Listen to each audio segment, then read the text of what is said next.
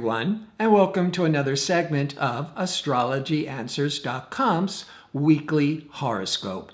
My name is Terrence Gardino.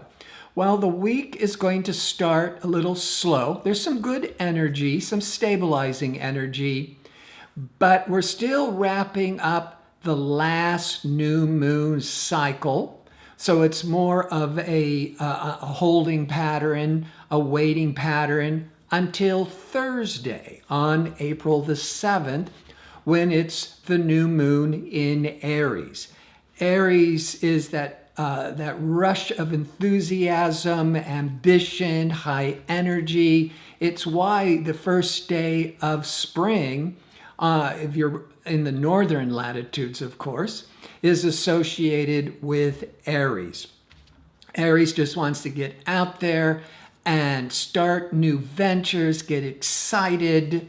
It's the beginning of all things. And so that new moon this Thursday can really stimulate a lot more drive, ambition, excitement.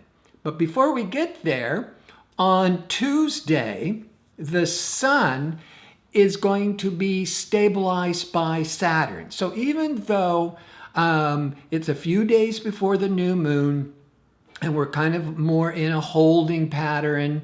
We're not ready yet to move forwards.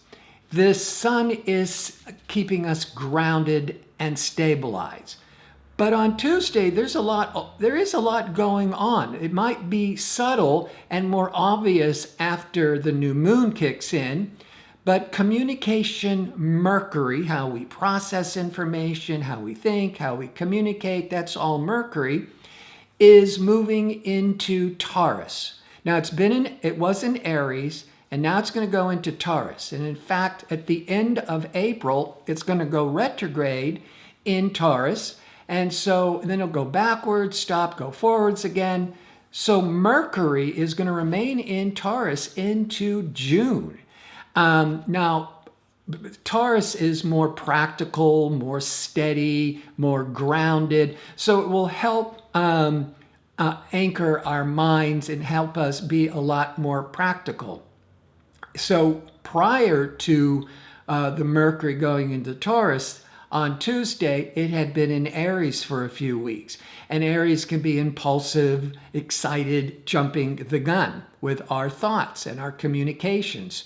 Now, Venus, that planet of love and marriage, but also creativity, has been in romantic, dreamy Pisces for the last few weeks. And also on Tuesday, it's moving into high energy Aries, where you might be inclined to fall in love very suddenly and creatively take more bold actions, move into pioneer into new territories.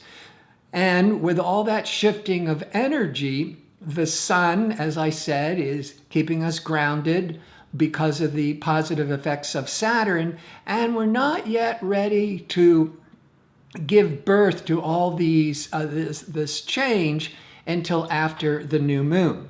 On Wednesday, now the sun is in hard angle to Pluto. So we might be struggling about changing our mind, rethinking where we're going. It's like a lot is churning on the insides. And there might even be some power struggles with others as you're trying to convince them you're right or vice versa.